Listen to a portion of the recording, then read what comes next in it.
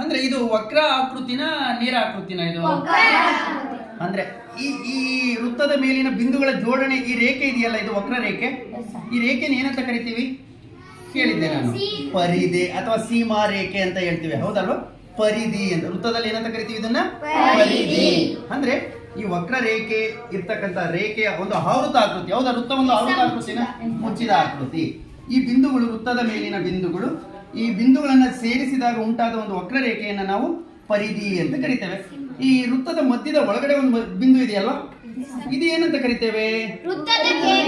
ವೃತ್ತ ಕೇಂದ್ರ. ಏನಂತ ಕರಿತೇವೆ ಇದನ್ನ? ಈಗ ನಾನು ಕೇಳಿದವ್ರು ಹೇಳಬೇಕು, ವೃತ್ತ ಕೇಂದ್ರದಿಂದ ತ್ರಿಭುಜದ ಮೇಲಿನ ವೃತ್ತದ ಯಾವುದೇ ಬಿಂದುವಿಗೆ ಒಂದು ರಬ್ಬರ್ ಬ್ಯಾಂಡ್ ಅನ್ನು ಹಾಕಿದ್ದೇನೆ. ಅಂದ್ರೆ ವೃತ್ತ ಕೇಂದ್ರದಿಂದ ಪರಿಧಿಯ ಮೇಲಿನ ಒಂದು ಬಿಂದುವಿಗೆ ಒಂದು ರಬ್ಬರ್ ಬ್ಯಾಂಡ್ ಹಾಕಿದ್ದೇನೆ. ಈಗ ಇಲ್ಲಿನ ಒಂದು ರೇಖೆ ಕಾಣಿಸ್ತಾ ಇದೆಯಲ್ಲ, ಈ ಒಂದು ದೂರವನ್ನ ಏನಂತ ಕರಿತೇವೆ? ಏನಂತ ಕರಿತೇವೆ? ಅಂದ್ರೆ ವೃತ್ತ ಕೇಂದ್ರದಿಂದ ವೃತ್ತದ ಮೇಲಿನ ಯಾವುದೇ ಬಿಂದುವಿಗೆ ಎಳೆದ ರೇಖೆಯನ್ನ ಏನಂತ ಕರಿತೇವೆ? ತ್ರಿಜ್ಯ ಅಷ್ಟೇ ಸಾಕು, ರೇಖೆ ಅಂತ ಹೇಳಬೇಡ. ಆ ರೇಖೆ ಎಲ್ಲ ರೇಖೆಗಳನ್ನು ನಾವು ಅದರ ಹೆಸರಿನಿಂದ ಕರೆಯೋದು. ಇದೇನಾಗದೆ? ತ್ರಿಜ್ಯ.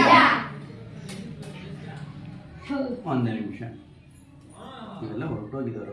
ಓಕೆ, ಇಲ್ಲಿ ನೋಡಿ. ಹಾಗಾದ್ರೆ ಇದೇನಿದು? ಇದು ತ್ರಿಜ್ಯನಾ? ಇದು ತ್ರಿಜ್ಯನಾ ಅಲ್ವಾ? ನೋಡಿ, ಇದೇನಿದು? ಇದು ತ್ರಿಜ್ಯನಾ? ನೋಡಿ, ವೃತ್ತ ಕೇಂದ್ರದಿಂದ ವೃತ್ತದ ಮೇಲಿನ ಬಿಂದು ತ್ರಿಜ್ಯ ಅಲ್ವಾ? ಇದು ಇದೂ ತ್ರಿಜ್ಯನೇ ಅಲ್ವಾ?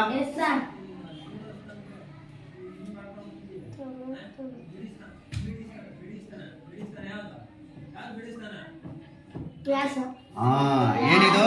ವ್ಯಾಸ. ಒಂದು ವ್ಯಾಸ ಅಂತ ಅಂದ್ರೆ ಎಷ್ಟು ತ್ರಿಜ್ಯಗಳು ಸೇರಿರ್ತವೆ? 3 ತ್ರಿಜ್ಯಗಳ. ನೋಡ್ರಿ, ಇದು ಒಂದು ತ್ರಿಜ್ಯ, ಇದು ಒಂದು ತ್ರಿಜ್ಯ.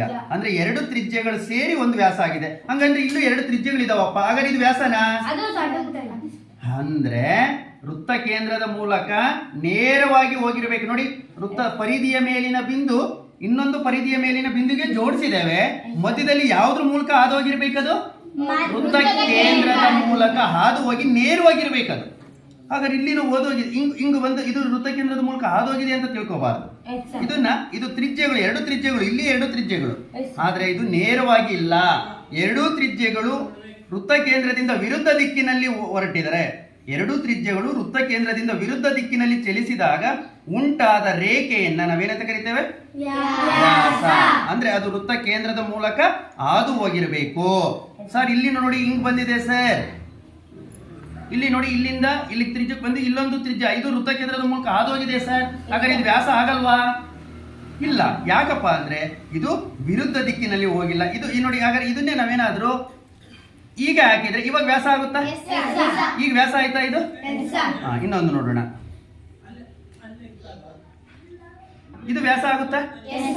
ಇದು ವ್ಯಾಸ, ಹೌದಲ್ವಾ? ಅಂದ್ರೆ ವೃತ್ತದ ಮೇಲಿನ ಪರಿಧಿಯ ಮೇಲಿನ ಬಿಂದು ಮತ್ತೊಂದು ಪರಿಧಿಯ ಮೇಲಿನ ಬಿಂದುವನ್ನ ಸೇರಿಸಬೇಕಾದರೆ ಆ ರೇಖೆಯು ವೃತ್ತ ಕೇಂದ್ರದ ಮೂಲಕ ಹಾದು ಹೋದರೆ ಅದನ್ನ ವ್ಯಾಸ ಅಂತ ಕರಿತೇವೆ. ಇಲ್ಲಿ ನೋಡಿ, ಇದು ವೃತ್ತ ಕೇಂದ್ರದ ಮೂಲಕ ಹಾದು ಹೋಗಿಲ್ಲ, ಇದನ್ನೇನಂತ ಕರಿತೇವೆ? ಹಾಗಾದ್ರೆ ಇಲ್ಲಿನೂ ವೃತ್ತದ ಮೇಲಿನ ಬಿಂದು, ಇದು ವೃತ್ತದ ಮೇಲಿನ ಬಿಂದು, ಇಲ್ಲಿ ವೃತ್ತದ ಮೇಲಿನ ಬಿಂದು, ಇದು ವೃತ್ತದ ಮೇಲೆ, ಇದನ್ನು ಒಂದು ಜ್ಯ. ಆದ್ರೆ ಇದನ್ನ ಇನ್ನೊಂದು ಹೆಸರು ಹೇಳ್ತೇವೆ, ಇದಕ್ಕೆ ವ್ಯಾಸ ಅಂತ ಕರಿತೇವೆ. ಹಾಗೆ ಇದು ವೃತ್ತದಲ್ಲಿ ಅತಿ ದೊಡ್ಡ ಜ್ಯ ಅಂತಾನು ಕರಿಬಹುದಾ? ವೃತ್ತದ ಮೇಲಿನ ಬಿಂದು, ವೃತ್ತದ ಮೇಲಿನ ಬಿಂದು ಕೇಂದ್ರದ ಮೂಲಕ ಹಾದು ಹೋಗಿದ್ರೆ ಅದನ್ನು ವ್ಯಾಸ ಅಂತ ಕರಿತೇವೆ. ಕೇಂದ್ರದ ಮೂಲಕ ಹಾದು ಹೋಗಿಲ್ಲ ಅಂತ ಅಂದ್ರೆ ಅದನ್ನ ಜ್ಯ ಅಂತ ಕರಿತೇವೆ. ಅತಿ ದೊಡ್ಡ ಜ್ಯ ಯಾವ್ದಪ್ಪ ಅಂತ ಅಂದ್ರೆ ವ್ಯಾಸ. ನಾವು ನೋಡಿ, ಈ ವ್ಯಾಸದಿಂದ ವಿರುದ್ಧ ದಿಕ್ಕಿನಲ್ಲಿ ಕೇಂದ್ರದಿಂದ ಹೊರಗೆ ಹೋದಂತೆಲ್ಲ ಜ್ಯಾನ ಅಳತೆ ಏನಾಗ್ತಾ ಹೋಗುತ್ತೆ?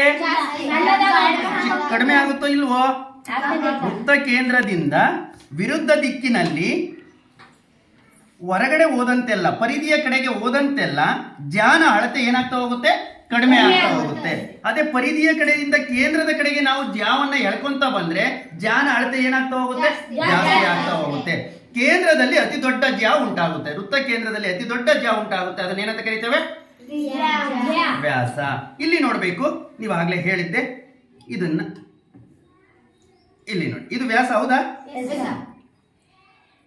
ಇದು ಇದು ವ್ಯಾಸ ಅಲ್ಲ ಇದು, ಅಥವಾ ಇದನ್ನಿಲ್ಲ ಅಂದ್ರೆ ಇದನ್ನು ನೋಡ್ತಾ ಇದೆ. ಇದನ್ನ ಏನಂತ ಕರಿತೀವಿ? ತ್ರಿಜ್ಯಾಂತರ ಖಂಡ. ಏನಂತ ಕರಿತೇವೆ ಇದನ್ನ? ಎರಡು ತ್ರಿಜ್ಯಗಳ ನಡುವೆ ಇರ್ತಕ್ಕಂಥ ಜಾಗವನ್ನ ಏನಂತ ಕರಿತೇವೆ? ಪರಿಧಿಯನ್ನು ಒಳಗೊಂಡಂತೆ. ಎರಡು ತ್ರಿಜ್ಯಗಳ ನಡುವಿನ ಇರುವ ದೂರ ಜಾಗ, ಪರಿಧಿಯನ್ನು ಒಳಗೊಂಡಂತೆ ಇರುವ ಜಾಗವನ್ನು ಏನಂತ ಕರಿತೇವೆ? ತ್ರಿಜ್ಯಾಂತರ ಖಂಡ. ಪರಿಧಿಯ ಮೇಲಿನ ಯಾವುದಾದರೂ ಎರಡು ಅಥವಾ ಎರಡಕ್ಕಿಂತ ಹೆಚ್ಚು ಬಿಂದುಗಳ ಜೋಡಣೆಯನ್ನು ಏನಂತ ಕರಿತೇವೆ? ಕಂಸ. ಏನಂತ ಕರಿತೇವೆ? ಇವೆರಡು ಆಗ್ಬೋದು, ಅಥವಾ ಇವು ಮೂರು ಆಗ್ಬೋದು, ಇವು ನಾಲ್ಕು ಆಗ್ಬೋದು. ಇವನ್ ಏನಂತ ಕರಿತೇವೆ? ಇದನ್ನ ಕಂಸ ಏನಂತ ಕರಿತೇವೆ? ಇದು ತ್ರಿಜ್ಯಾಂತರ ಖಂಡನ. ಇದನ್ನು ಈಗ ಎರಡು ತ್ರಿಜ್ಯಗಳ ನಡುವೆ ಇದೆ, ಪರಿಧಿಯನ್ನು ಒಳಗೊಂಡಂತೆ ಈ ನಡುವಿನ ಜಾಗವನ್ನು ತ್ರಿಜ್ಯಾಂತರ ಖಂಡ ಅಂತ ಕರಿ. ಹಾಗಾದ್ರೆ ಇದನ್ನ ಏನಂತ ಕರಿತೇವೆ? ಕಂಸ. ಇದೇನಿದು? ತ್ರಿಜ್ಯ. ಇದೇನಿದು? ಇದೇನಿದು? ಇದೇನಿದು? ವ್ಯಾಸ. ಇದು ವ್ಯಾಸನ? ವ್ಯಾಸ. ಒಂದು ವ್ಯಾಸ ಅಂದ್ರೆ ಎಷ್ಟು ತ್ರಿಜ್ಯ ಇರ್ತವೆ? ಇದು ಇವಾಗ ಒಂದು ತ್ರಿಜ್ಯ 5 ಸೆಂಟಿಮೀಟರ್ ಇದೆಯಪ್ಪ, ಹಾಗಾದ್ರೆ ವ್ಯಾಸ ಎಷ್ಟು ಸೆಂಟಿಮೀಟರ್ ಇರುತ್ತೆ? ಹೌದಲ್ವಾ? ಅದೇ ವ್ಯಾಸ 20 ಸೆಂಟಿಮೀಟರ್ ಇದೆಯಪ್ಪ, ವ್ಯಾಸ 20 ಸೆಂಟಿಮೀಟರ್ ಇದೆ, ತ್ರಿಜ್ಯ ಎಷ್ಟಿರುತ್ತೆ? ವ್ಯಾಸ 20 ಆದ್ರೆ ತ್ರಿಜ್ಯ ಅರ್ಧ ಇರುತ್ತೆ. ತ್ರಿಜ್ಯ 4 ಸೆಂಟಿಮೀಟರ್ ಆದ್ರೆ ವ್ಯಾಸ, ತ್ರಿಜ್ಯ 7 ಸೆಂಟಿಮೀಟರ್ ಆದ್ರೆ ವ್ಯಾಸ 14. ತ್ರಿಜ್ಯ 18 ಸೆಂಟಿಮೀಟರ್ ಆದ್ರೆ ವ್ಯಾಸ, ತ್ರಿಜ್ಯ 18 ಸೆಂಟಿಮೀಟರ್ ಆದ್ರೆ ವ್ಯಾಸ 36. ತ್ರಿಜ್ಯ 18 ಆದ್ರೆ ವ್ಯಾಸ 36. ತ್ರಿಜ್ಯ ಏನಾದ್ರೂ 26 ಇದ್ರೆ, 26 ಆದ್ರೆ ವ್ಯಾಸ, ತ್ರಿಜ್ಯ 26 ಆದ್ರೆ ವ್ಯಾಸ 20 ಎಷ್ಟಿರುತ್ತೆ? 20. ವ್ಯಾಸ 40 ಸೆಂಟಿಮೀಟರ್ ಇದ್ರೆ ತ್ರಿಜ್ಯ 20 ಸೆಂಟಿಮೀಟರ್. ಅರ್ಥ ಆಯ್ತಾ? ಅಂದ್ರೆ ತ್ರಿಜ್ಯ ವ್ಯಾಸದ ಅರ್ಧದಷ್ಟು, ತ್ರಿಜ್ಯ ವ್ಯಾಸದ ಅರ್ಧದಷ್ಟು, ವ್ಯಾಸ ತ್ರಿಜ್ಯದ 2ರಷ್ಟು, ವ್ಯಾಸ ತ್ರಿಜ್ಯದ 2ರಷ್ಟು, ತ್ರಿಜ್ಯ ವ್ಯಾಸದ ಅರ್ಧದಷ್ಟು. ಅರ್ಧ ಅಂದ್ರೆ ಎರಡು ತ್ರಿಜ್ಯ ಸೇರಿ ಒಂದು ವ್ಯಾಸ ಆಗುತ್ತೆ, ಒಂದು ತ್ರಿಜ್ಯ ವ್ಯಾಸದ ಅರ್ಧದಷ್ಟಿರುತ್ತದೆ. ಅರ್ಥ ಆಯ್ತಾ? ಇದೀಗ ಒಟ್ಟಾರೆ ವೃತ್ತದ ಭಾಗಗಳು ಗೊತ್ತಾಯ್ತಾ? ಇದೇನಿದು? ಈ ವಕ್ರರೇಖೆ, ಮುಚ್ಚಿದ ವಕ್ರರೇಖೆ. ಇದನ್ನೇನಂತ ಕರಿತೇವೆ? ಪೂರ್ತಿ